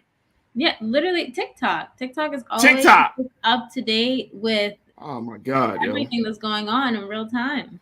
Oh my God! TikTok. You mean the dance app? Yes, but it's more than that. It has people always find out about breaking news on there. Who's dating who broke up with who, what shows just came out. Everything is on there. I'm about to give you the Kanye West gift face. That is sad. That is so sad. All right, so here's what's trending right now. One is, if you did not know, Issa Rae, of course, she is from the city of Los Angeles, and she has her business, Hooray Media, is situated right there in Inglewood. She is the first person to be given the keys to the city or to the community of Inglewood. Now, of course, Issa Rae is the creator of the HBO award-winning series Insecure. She's moved on. That show has ended. She's moving on to other projects and ventures. But she is the first woman and the first person, to be awarded this very, very prestigious honor. If you watched Insecure, you would know that Issa often put LA, Inglewood in a very, she just told a story through the city landscapes and some of the spaces. Dear, I'm gonna start with you, because you have looked at Insecure, you're studying film. How important is it that you are like a writer and a creator of a show like this, like get the keys to the city and being told, hey, you really put us on the map in a very positive way? How big is this? First of all, it happened in the show. Right. That's so true. The fact that it happened in the show, it was just really, really cute. Personally, I don't think that she would have gotten the keys if she didn't have that little scene in the show. I think it really did spark them to be like, you know what? She does deserve to get a key. We should give her a key. I know for a fact they did. And I just think that it's beautiful. That is a prime example of how to manifest what you want into your life. She manifested that. Because again, like I said, I don't think that it would have happened had she not made that scene where she envisioned what she wanted for herself. And And so much of the show, you could tell that she really, really put herself into Issa D. Issa D is Issa. Like, of course, it's fiction, but right. she really channeled herself into that character. And so even in those flash forwards of her life, that's the Issa that we see now. You know what I mean? Especially if you follow the show from season 1 to season 5, then you really know, like, season 1 was like Issa, Issa Rae, and now Issa D is what we saw at the very end with that. Getting the keys to the city. So again, it was just a full culmination for the ending of the show, for everything that she's done. Black woman manifesting what she wants in her life. I'm for it. I love Issa, and I'm happy for her. So yeah, that it's a big moment, Orion. It's a big moment. Issa Rae getting the keys to Inglewood. What's your take on that? Yeah, I mean, I am a Insecure fan through and through. I was watching it. I've been watching it with my best friend since it came out. It's one of those shows that just, as a student myself who was going on HBCU at the time, like, I just felt so seen in that, like, awkward Black girl character that she created there, and it just became such a safe space. And I'm still pretty hurt that the show's over, but very, very glad. Yeah, heartbroken the show's over. But very, very glad that Issa Rae is getting her flowers, and just more people she's kind of being pushed away into the mainstream now. And I feel like sometimes it can be hard for us to kind of, like, we want to gatekeep those people. Like, we're like, oh, now everybody knows about Issa Rae, but she is one of those people that, like you said, she really put Inglewood at the forefront of the show, especially towards the later seasons. And she really put herself and her friends' stories, and like she showcased all different multitudes of Black people and the city as well in that show. And so I feel like well deserved, very great. Absolutely. Well, speaking of California, folks, if you have not checked out the new reboot of The Fresh Prince of Bel-Air, aka Bel-Air, all I'm gonna say, folks, is check it out tonight. It airs on Thursday nights on the Peacock Network, but had a chance to see it, and I have to say, Culture Crew, this is probably one of the best reboots I've ever seen. No, like, it's written so well. I'm gonna stop there. You did? I see the clip. Like, I want the clip to be shown, so I'm gonna be quiet so we can watch. No, well, the clip. We only got a couple of minutes. The clip is 3 minutes long. I mean, you know what? Oh, yeah. Are we running a clip? Are they gonna be able to hear it? No, it's not. All I'm gonna say. Go ahead and give your analysis there. Go ahead and give your analysis. No, to be honest, it's so hard to take a show like The Fresh Prince of Bel-Air that is such a beloved show and reboot it and make sure that you stay authentic, but again, make it fit for the time. Because if you look at the sitcom of the 90s, that's not the style of TV today. So looking at Bel-Air, the way they rewrote the script, the way they really transition these characters to fit 2022 is absolutely beautiful. From the cinematography to the script to just, you could really tell that this was a lot of time and love was put behind this series. Yeah. And I am for it. I binge watched all 3 episodes on Sunday. I can't wait for tonight. Will, the whole team, you guys, I'm in love. I'm in love. Big shout out to filmmaker visionary Morgan Cooper, who is responsible for putting out that clip. Was it that trailer? That trailer. Of course, he's on now. He's working on the show, but he put out that trailer back in 2019. $25,000 to put that trailer to reimagine this beloved show, and he put it in such a way, absolute visionary to take this. And I have to say, the show, Oyen, gives a huge nod to the lyrics, to the whole vibe, and it's amazing to see. This is like magic. I don't know if you had a chance to check it out yet or not, Oyen, but this is something truly special. Yeah, no, I've seen kind of the promo and the commercials for the show, and honestly, I'm one of those people that I've been burned by reboots so many times that I'm very hesitant. You want to talk about being burned? Did you see the Gossip Girl reboot? Yes. I Yes. I absolutely. I am like a huge. When I say I'm a huge Gossip Girl fan. Yeah. I hate the reboot so much. Right. And I hate it with like this deep-rooted passion. I'm like, why? If they were gonna reboot it, they should have picked up where they left off. How they, they took it 5 years in the future. I would have loved to see like where Nate and everybody was now. So Oyen, I completely agree with you. Reboots can be really trashy. They really suck sometimes. This is not that. I promise you. This is the reboot that we didn't know that we needed. Okay. Like, for real. Ain't that the truth? Yeah. Ain't that the truth? All right, final piece. But now that we got it. Oh, I know I needed it. I know I needed it. I needed all of it. Black excellence, black wealth, black power. I needed it all. All right, final piece. Beautiful to see rich black people though. Like huge. It's big. Beautiful. It's big. You got to be rich to live in Bel Air. Final piece on this very quickly as we close out the show. Yesterday, we didn't get a chance to talk about it yesterday, Nero, but yesterday was the 4-year anniversary of the release of Black Panther. Do y'all remember that? Do y'all remember Black Panther when it first hit? I can't believe it's been 4 years. No, do you remember I messed up the tickets? I made a mistake and put the Yeah, you really messed up the tickets on that.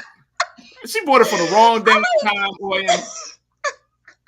I was mad as hell. But we went to see it. We were able to see it.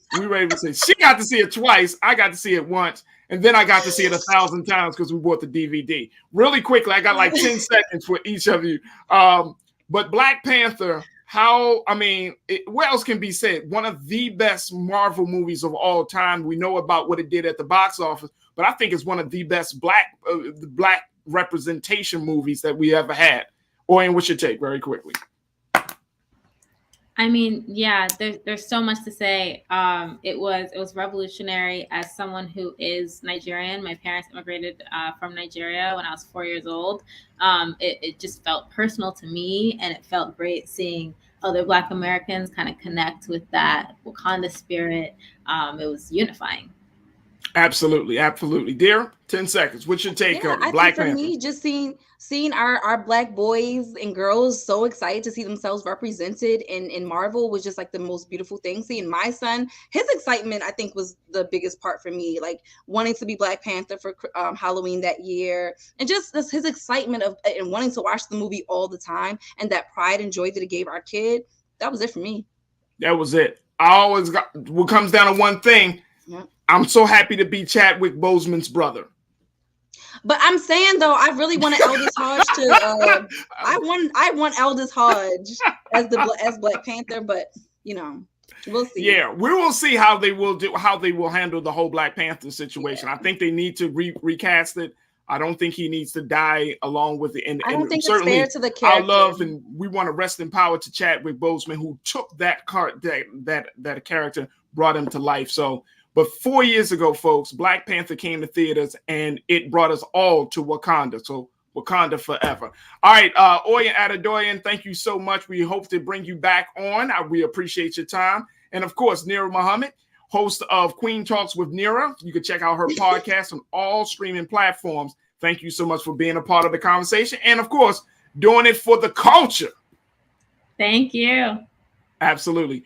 Folks, that's going to do it for me. I thank all of you for being a part of the discussions. I certainly thank Coach Butch McAdams, and I thank all of you for tuning in. Make sure you show your support for Black Star Network. You can do that at blackstarnetwork.com, and you can pay and make those payments and give those donations in a variety of ways. So make sure you go to Black Star Network, download the app, tell your friends and family about it, and let's do something for Black-owned media. Let's support Black-owned media like never before. All right. As always, never be afraid to challenge what's wrong. Stand for what's right while being yourself in the process. I look forward to talking to you, God willing, tomorrow for another exciting episode of The Culture right here on the Black Star Network. Stay tuned. In a little bit, check in with my big brother Roland Martin for Roland Martin Unfiltered, as it's hosted by brother by Reese Colbert tonight. So make sure you check that out. As always, talk to you soon. Peace.